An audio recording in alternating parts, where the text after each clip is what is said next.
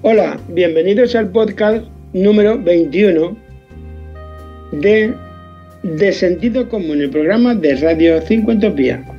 De Sentido Común, un podcast mediante el que proponemos una reflexión en torno a aquellos temas que más preocupan a quienes ya hemos cumplido los 50 años y que afectan a la sociedad en su conjunto.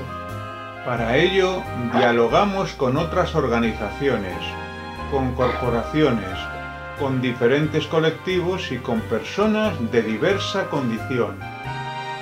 Porque existen voces variadas que, al igual que ocurre con la Asociación 5 Entropía, hoy en día están propugnando un cambio en la sociedad. Una transformación social que no vendrá sola y que pretendemos alcanzar entre todos, aportando diferentes ideas y reflexiones, cada uno desde su conocimiento y experiencia. Queremos así contribuir a crear una sociedad más justa que integre a todos los seres humanos, independientemente de su condición, edad, estado o procedencia. Y en definitiva, aspiramos a proporcionar un conjunto de claves para aprender a envejecer mejor. Porque, como nos gusta decir, siempre en 5 Entropía, la vida comienza a los 50. Y porque cada vez somos más y tenemos mucho que decir y que aportar. De Sentido Común, un programa elaborado por el equipo de Viva Voz para 5 Entropía.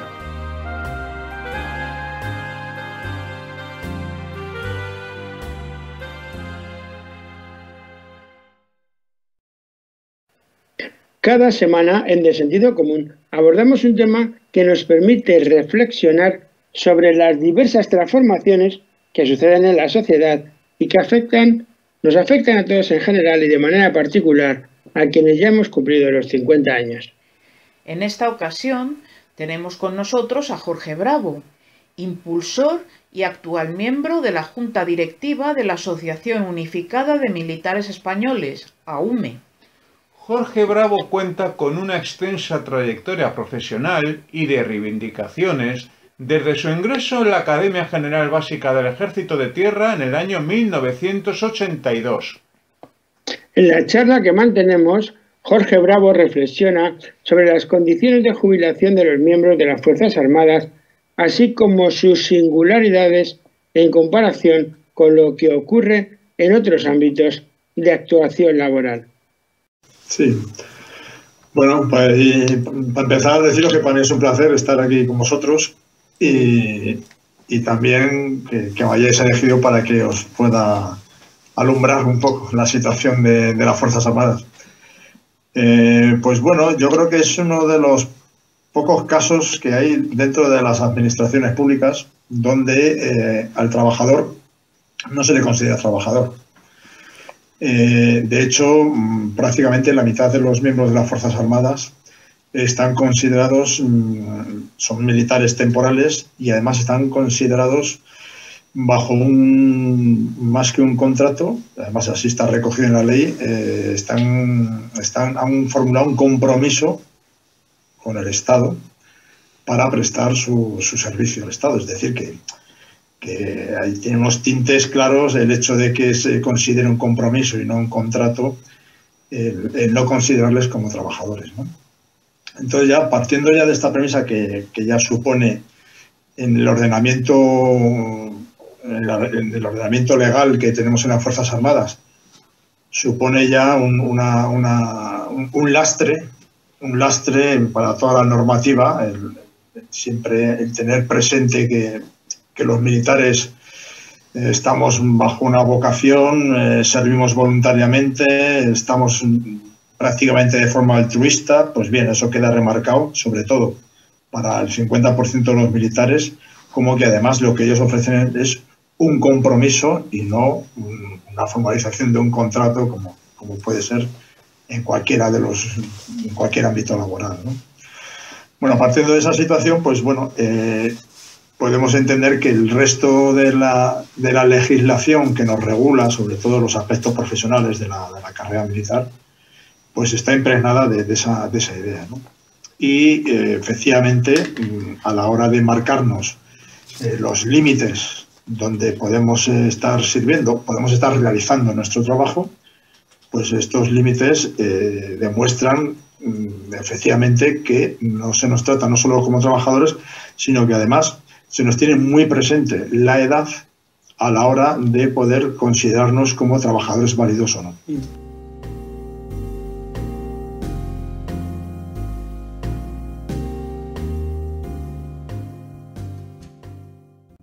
Tenemos problemas cualquiera a partir de los 45, con vosotros es todavía peor, porque se entiende que ya hay determinados destinos, ¿no? Decís vosotros, ¿no?, que ya no se pueden hacer a partir de 45 años, ¿no? Que no entiendo más.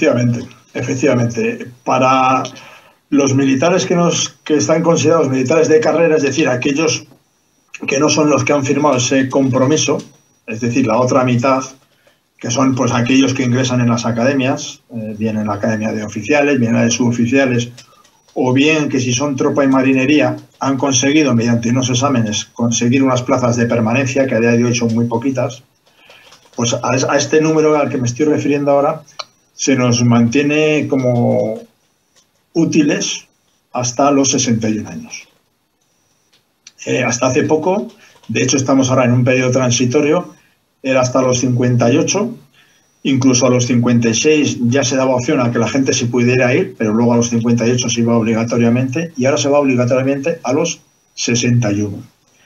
Salvo los generales, que tienen ya cargos políticos, están ya designados por el gobierno, y a ellos pues parece ser que por el hecho de ser generales esto de la edad no les afecta, como no nos afecta al resto, pero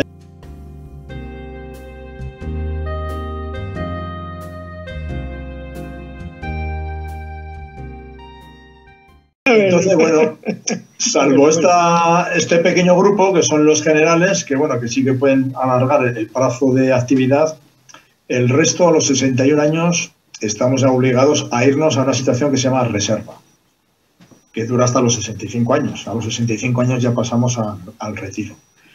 En esa situación de reserva hay algunas pequeñas plazas todavía que se pueden ocupar en puestos de actividad, ¿no? Entonces, esa gente que coge esas plazas, que ya digo son muy poquitas, se llama la reserva activa. Es decir, estás en la situación de reserva, pero activado. Porque la reserva, entre otras cosas, se llama así porque estás reservado, pero en un momento dado te pueden llamar.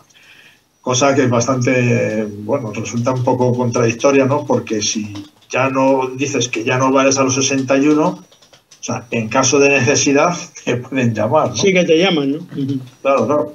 Y eso, pues lo vamos a ver ahora también con la otra parte, que es un grueso, que es prácticamente la mitad de las Fuerzas Armadas, que son los militares temporales, que pueden estar solo hasta los 45 años. Ahí vaya. Estos militares a los 45 años se les dice que, bueno, que ya no valen. Pero curiosamente pueden engrosar una situación que se llama los reservistas de especial disponibilidad, se les denomina red, que están en otra reserva y que en un momento dado, si son necesarios, se les puede llamar. Es decir, no valen hasta que te llamo. Cuando te llamo, ya sí vales, aunque tengas más años. Bueno, esta es la situación que hay, a grosso modo, en cuanto a la situación del trabajo activo y a los límites que tenemos. Casi el 50% de los miembros de las Fuerzas Armadas, a los 45 años, ya no se les considera válidos y se tienen que ir. Y el resto, a día de hoy, ya digo, como estamos todavía en un periodo transitorio, pero bueno, ahora ha quedado marcado en la ley hasta los 61 años. A los 61 años ya no valemos, salvo si eres general, que entonces vales mucho.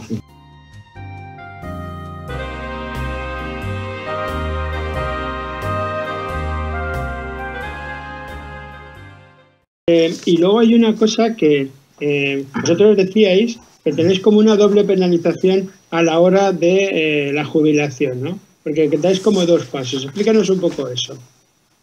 Lo de que os paséis a la reserva y luego paséis ya, digamos, que definitivamente a la jubilación. Hay una pérdida... Sí, la reserva, la reserva de momento supone, primero, que por supuesto que dejas de trabajar, con lo que ya interfiere, digamos, en el proceso natural de la vida de una persona, que creo que es, yo creo que es un momento delicado porque cambiamos nuestras pautas, cambiamos nuestra forma de vida, cambiamos muchas cosas y creo que afecta muy negativamente a la persona el hecho de que te retiren de esa forma, ¿no? Y eso es cuando pasas a la reserva. Y luego ya te mantienen ahí hasta que cumples los 65. Nosotros tenemos además un problema que, bueno, lo hemos conseguido solucionar porque hemos presionado mucho para ello a finales del año pasado, que era que además a los 63 años teníamos una pérdida retributiva. Ya la tenemos cuando pasamos a la reserva. Sí, eso es lo que te preguntaba, que tenéis dos pérdidas, ¿no? A la reserva ya perdemos el complemento del puesto. Nosotros tenemos un complemento que tienen los subfuncionarios, lo tenemos partido en dos partes. Una que va al empleo y otra que va al puesto de trabajo. La parte que va al puesto de trabajo, que la media suele estar en torno a los 300, 400 euros, ese automáticamente se pierde cuando se pasa. Empleo para los civiles es el grado, para entenderlo, ¿no? El grado, es el capitán, oficial, suboficial. Efectivamente. Vale.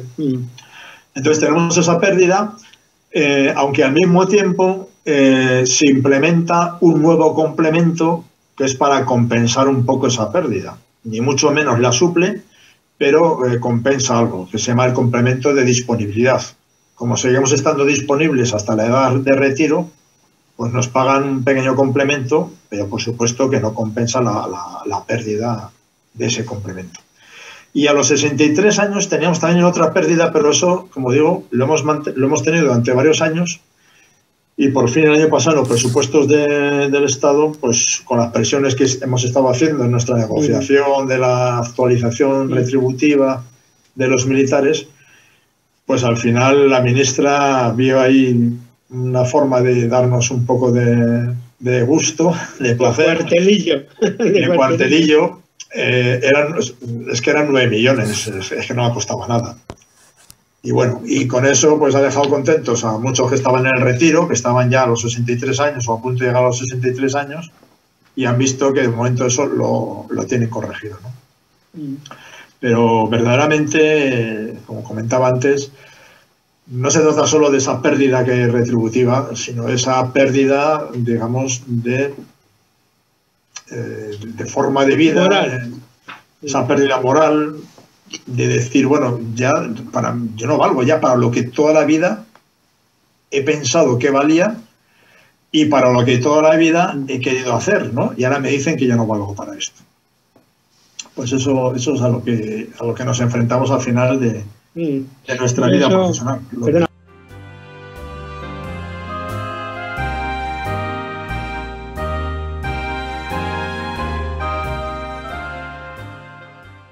Que yo quería, porque claro, en todo esto está la parte económica, que es fundamental, pero hay otra tan fundamental como la parte económica, que es la parte moral, por decirlo, personal, humana.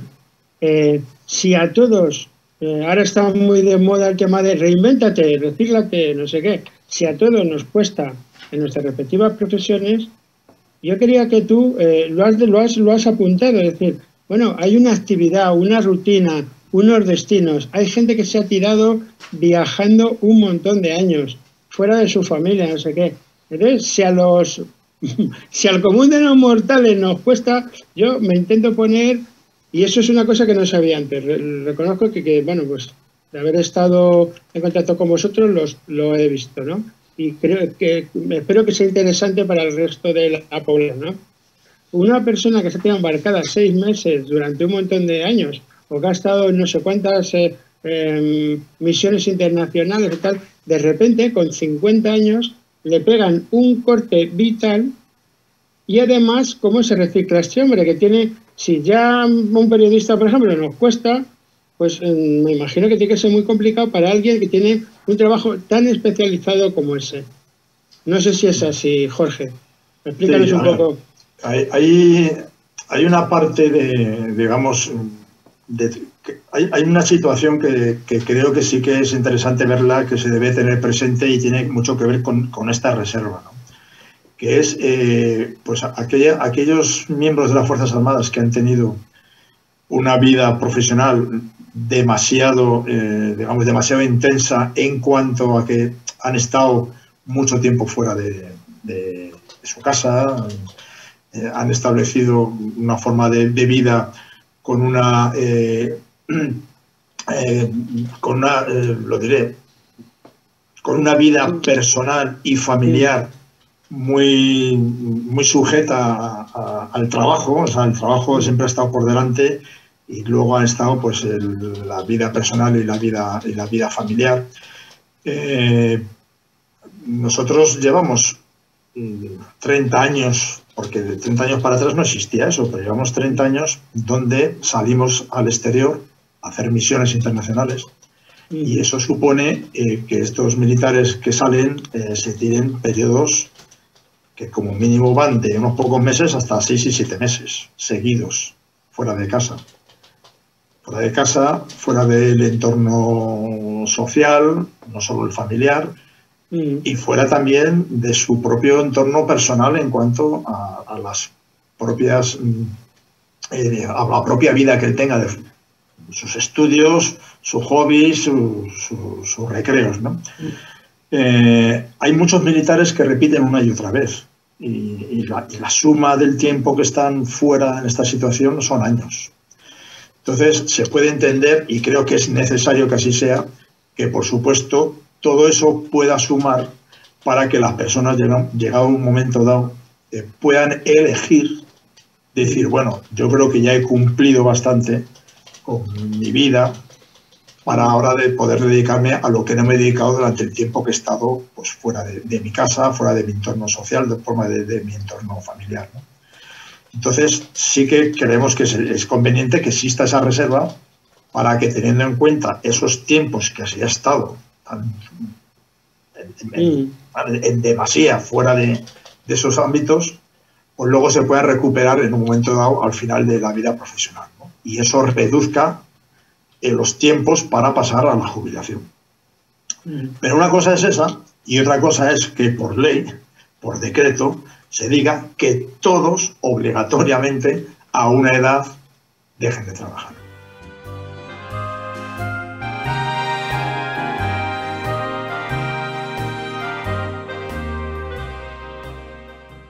Vamos a distinguir una cosa de otra, efectivamente. Luego yo, ya yendo, digamos, a lo más personal nuestro, ¿no?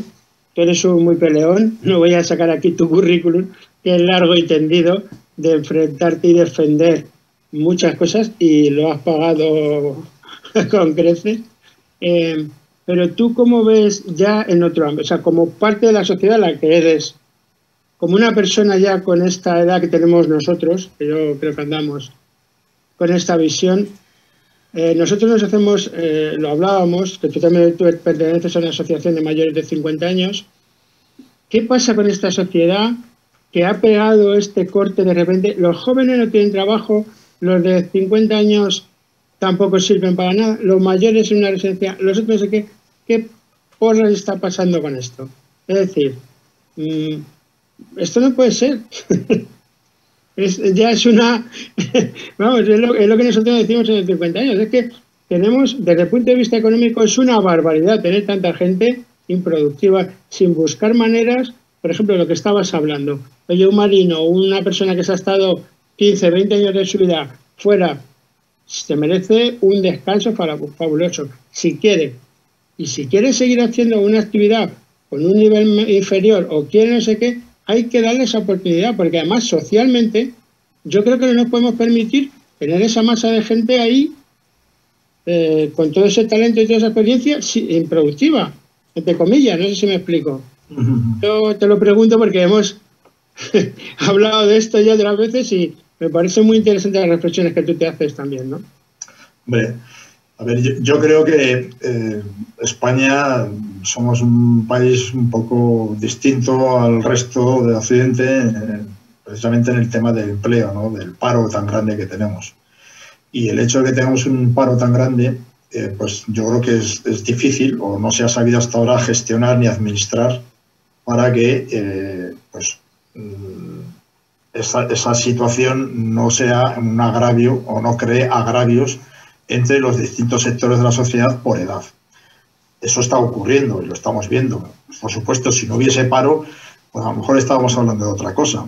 Pero habiendo paro, pues claro, hay que gestionar, hay que administrar y se decide pues algo pues como que, por ejemplo, pues se creen ayudas para unos en detrimento de otros. Se den ayudas para conseguir vivienda en detrimento de ayudas para otros. Y lo hacen conforme a la edad. Yo tengo la idea de que nosotros, no me gusta emplear la palabra viejo, pero la voy a utilizar para entendernos. Estoy buscando palabras nuevas porque todo lo que sea para nombrar a la gente con más edad, me parece que ya ha cogido ya unos tintes peyorativos, incluso estigmatizadores. Entonces, pero para entendernos, voy a utilizar la palabra de viejo. Es la sociedad la que nos hace viejos, no nos hacemos viejos nosotros. Yo estoy convencido de que si a las personas, con independencia de la edad que vayan teniendo, se les da exactamente el mismo trato, incluso voy a decir el mismo valor, aunque creo que lo tienen más, ¿no?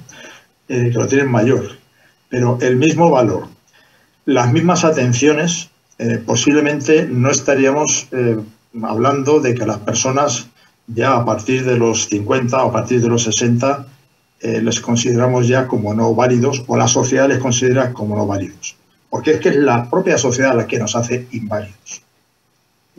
Yo, fíjate, yo ahora mismo, yo creo que lo comentamos hace poco, yo he estado corriendo maratones hasta hace poco y me quiero correr otras maratones el año que viene, cuando acabe toda esta pandemia y tal.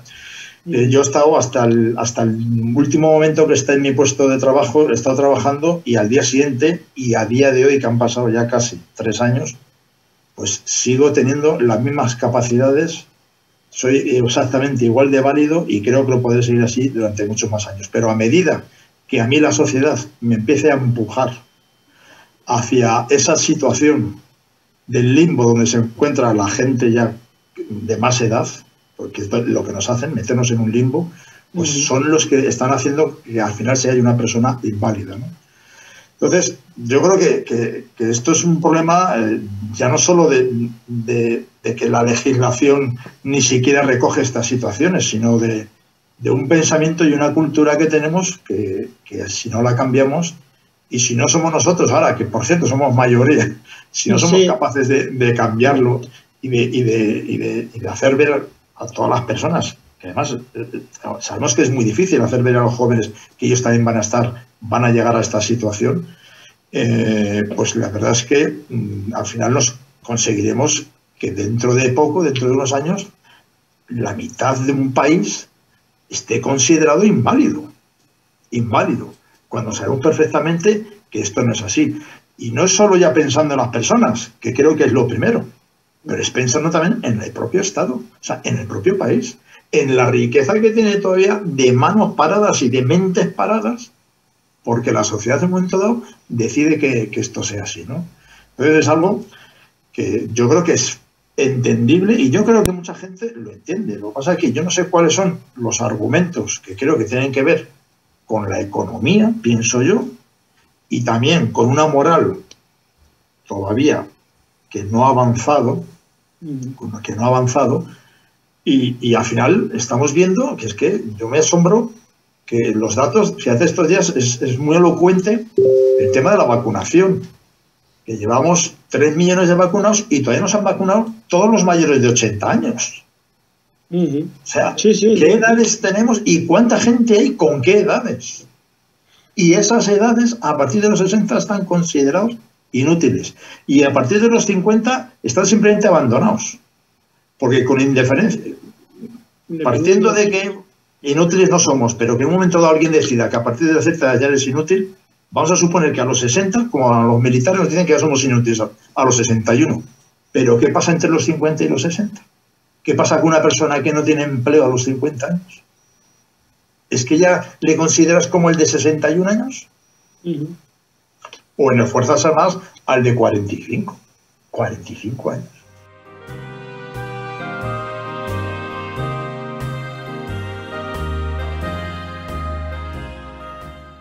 estamos hablando de 17 millones largos de personas en España, de 17 millones largos, que es la mayoría del grupo poblacional. ¿Ves? Sí. ¿Qué pasa? ¿No? No, la verdad que pasa, ¿no? Que yo creo que, no sé si lo tienen claro o no, pero ideas yo creo que no hay. Pero tampoco yo creo que hay ganas de pensar en ideas, ¿no? Desde luego, falta empleo, hay paro, yo creo que se tenía que repartir de forma, voy a decir, digamos, proporcional. Es decir, el interés, porque esas personas que tienen empleo, con independencia de la edad que tengan, que no tienen empleo, que lo consigan.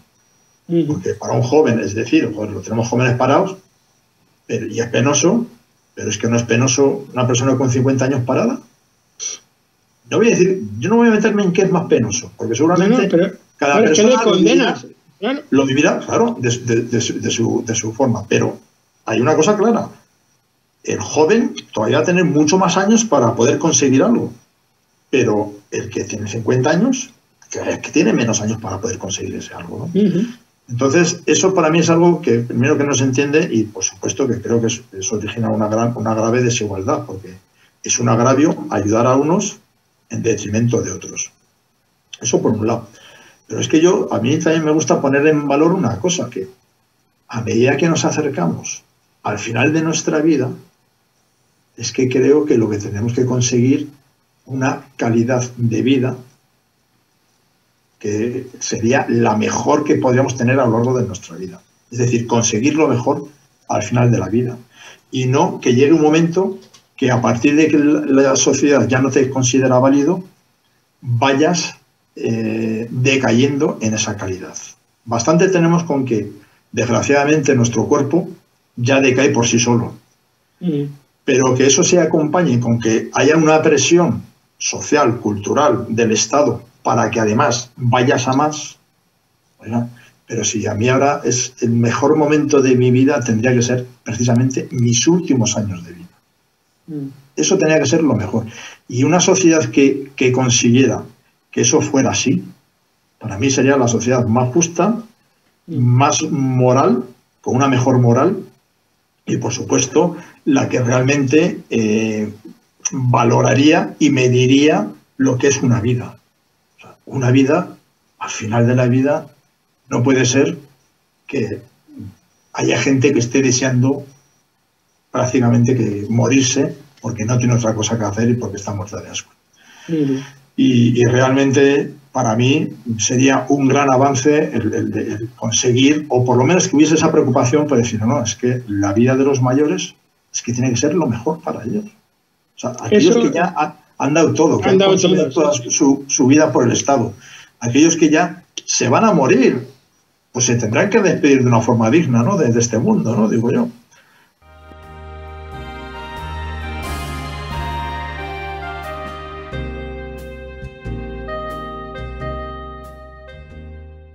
Ya, incluso desde un punto de vista egoísta, ahora se llama, o hay mucha gente ya, o algunos que están trabajando sobre este tema, que es digamos, un campo que son los cuidados, que además de que daría empleo a muchísima gente, porque además eso sería una potencia económica para terminar los últimos años dignamente, como tú dices. Y yo creo que la sociedad se mide por eso. No tanto, puede ser muy rico y tal. Yo he tenido la suerte de vivir fuera, en Estados Unidos, y tiene cosas maravillosas. Pero el final es muy duro. Y una sociedad que ves a los viejitos tal, solos y tal, es muy duro eso. Yo no sé si eso es una sociedad. Yo eso no lo considero una buena sociedad. Así. No, desde luego. A ver, en el momento que hay, y con independencia del sector en el que nos encontremos, en la parte de nuestra vida que nos encontramos, lo que hay que tener presente es que de una forma o de otra se olvida a esa gente, o se nos olvida. O sea, los dejamos de lado.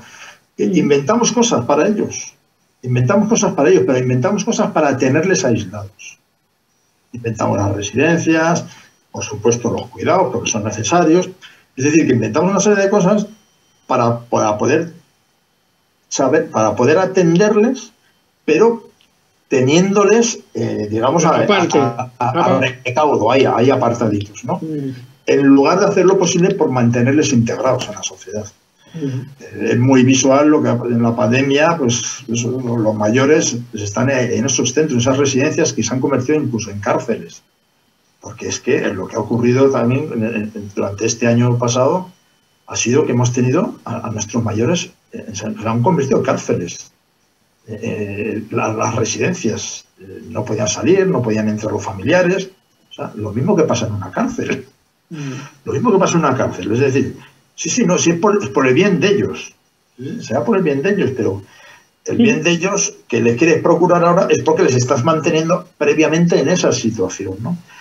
Entonces, yo creo que esto es profundo, es intenso y sobre todo no tiene, de momento, que yo sepa, que no yo conozca, tampoco que esté muy puesto en estos temas, aunque poco a poco voy estudiando y voy leyendo, pero en ningún sitio se contempla el tratar todavía a los mayores como parte activa de la sociedad. Parte activa, con los mismos derechos, insisto, que para mí tendrían que tener algunos más, precisamente por la situación en la que se encuentran ya de cara al final de su vida, pero esto no lo veo yo en ningún lado. No lo veo en ningún lado.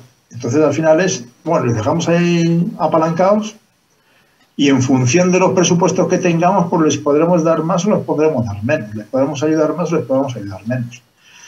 Esto recuerda a algunas películas que hay de estas de ciencia ficción por ahí, donde pues, los mayores, incluso hay, yo creo que incluso en tribus antiguas, y no sé si actuales, donde a los mayores se les echa ya de las tribus, se les deja que se vayan para que se mueran ellos solos y no molesten, y no sean una carga, ¿no? Tremendo. Pues al final es eso lo que estamos haciendo, que no molesten y que no sea una carga. Pero bueno, una carga que dentro de poco seremos casi la mitad. Vamos a pasar todos por ahí, ¿no? Si llegamos. Bueno.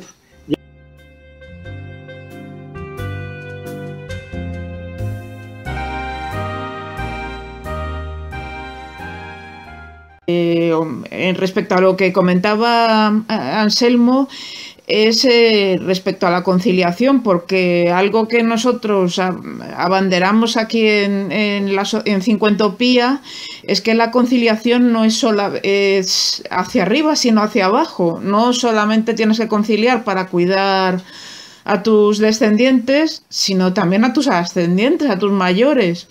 Entonces, no sé, y normalmente las mujeres llevamos, va cambiando también, se va a estar produciendo un cambio cultural, pero las mujeres somos las que venimos asumiendo en su mayor parte la responsabilidad sobre el cuidado de nuestros mayores. ¿Cómo regula el ejército esa necesidad de convivencia, de cuidados de sus profesionales militares? ¿Qué normativa existe? Sí, bueno, en las Fuerzas Armadas tenemos exactamente la misma normativa que para el resto de la función pública y la normativa general que hay sobre conciliación. Adaptada a algunas situaciones, como pueden ser, pues bueno, lo que ocurre cuando estamos en misiones internacionales, cuando estamos en navegaciones, pero en términos generales se aplica la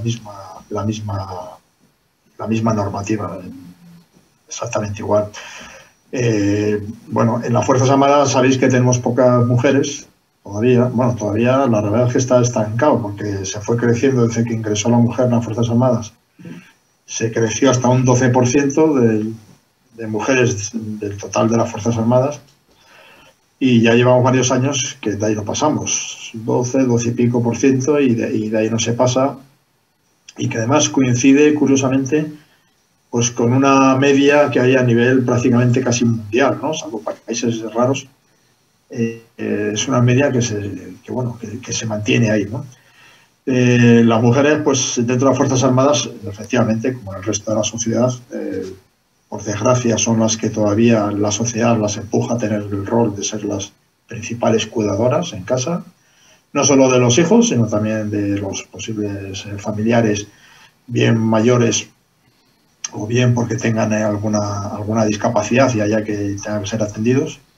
Por desgracia sigue siendo así. La corresponsabilidad, pues como comentabas, Charo, pues es algo que culturalmente va entrando, pero muy despacio, entre otras cosas porque tampoco hay muchas medidas que ayuden, digamos, a esa culturización, ¿no? de que esa corresponsabilidad tiene que ser tanto del hombre y de la mujer a la hora de los cuidados de familiares, de todo tipo, ¿no? de todas las personas que puedan existir en esa familia, ¿no? Pero insisto que a día de hoy la normativa que hay de conciliación pues es exactamente igual que la que se aplica en los ámbitos generales. Ya digo, con algunas particularidades por algunas situaciones que claro, que por el trabajo en sí pues hacen que tengan que hacer algún arreglo normativo, pero por lo general. Luego otra cosa es si se cumple bien o no, se cumple bien. Eso es otra cosa, ¿no? Que efectivamente, una de las cosas que nosotros estamos ahora reivindicando es que precisamente la mujer, que es la que más concilia dentro de las Fuerzas Armadas, le repercute negativamente en su carrera profesional. Porque el hecho de conciliar, el hecho de coger la reducción de jornada para atender a niños o a personas mayores o a personas necesitadas, le hace perder cursos, le hace perder a lo mejor la oportunidad de hacer misiones internacionales, e incluso el hecho de simplemente de efectuar ese derecho le ocasiona que tenga calificaciones por debajo de las calificaciones de los hombres. Entonces, al final, todo eso suma que le repercute directamente en su carrera, en su progresión profesional a la hora de los ascensos, a la hora de los destinos, a la hora de muchas cosas. Muchas gracias a Jorge Bravo por todas las ideas y reflexiones aportadas durante el transcurso de nuestra conversación. Cada semana, en De Sentido Común, un tema para comprender mejor el complejo contexto que nos rodea.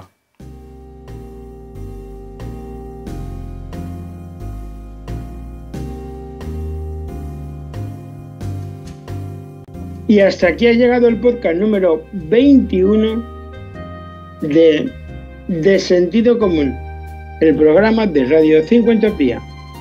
De Sentido Común, un podcast semanal mediante el que proponemos una reflexión en torno a aquellos asuntos que más preocupan a quienes ya hemos cumplido los 50 años. Nuestro objetivo es abordar las singularidades en distintos ámbitos legales, sanitarios y profesionales que acontecen a este segmento poblacional y que consideramos son de interés para la totalidad de la sociedad. De Sentido Común, el programa de 50 Entropía para todos los que ya hemos cumplido los 50 y pensamos que lo mejor está todavía por llegar. Nos despedimos hasta el martes próximo. De Sentido Común, un programa elaborado por el equipo de Viva Voz para 50 Entropía.